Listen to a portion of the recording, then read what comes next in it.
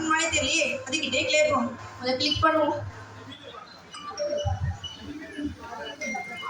என்னை நீ டிக்கும் பண்ண முடியாது, டாக்கும் பண்ண முடியாது.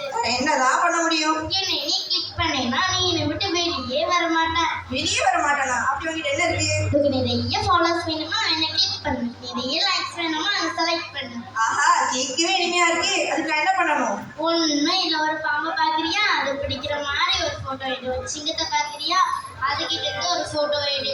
ஒன்று இல்லைன்னா கரடியை பார்க்குறியா, அதுக்கிட்ட இருந்து கெட்டி பிடிச்சிட்டு இருக்கிற மாதிரி ஒரு ஃபோட்டோ எடு. இப்படிலாம் ஃபோட்டோ எடுத்து போட்டேன்னா நிறைய ஃபாலோஸ் லைக்ஸ் எல்லாம் போடுவாங்க. லைக்ஸ் இருக்கும், ஃபாலோவர்ஸ் இருப்பாங்க. இதெல்லாம் பார்க்க நான் இவரோட இருப்பேனா? சரி சரி, இதெல்லாம் உலகங்கள் உனக்கு பயமா தான் இருக்கும். நான் வேற ஒரு ஐடியா சொல்றேன், கேட்குறியா? சொல்லி கேட்போம். அழகான அருவி இருக்குல்ல, அதுல இருந்து குதிக்கிற மாதிரி ஒரு ஃபோட்டோ எடு. அதுவும் இல்லைன்னா உங்க வீட்டில் சுவிட்ச் போர்டு இருக்கா? இருக்கு. அந்த சுவிட்ச் போர்டில் ஈரக்கையை வச்சு ஷாக் அடிக்கிற மாதிரி ஒரு வீடியோ போடு. எலக்ட்ரிக் ஷாக் அடிக்கிற மாதிரி வீடியோ எடுத்து போடணுமா? அதாவது கொஞ்ச நேரம் கழிச்சு தான் உயிர் போகும். இது உடனே உயிர் போயிடும். உன் டிக்கும் வேணாம், உன்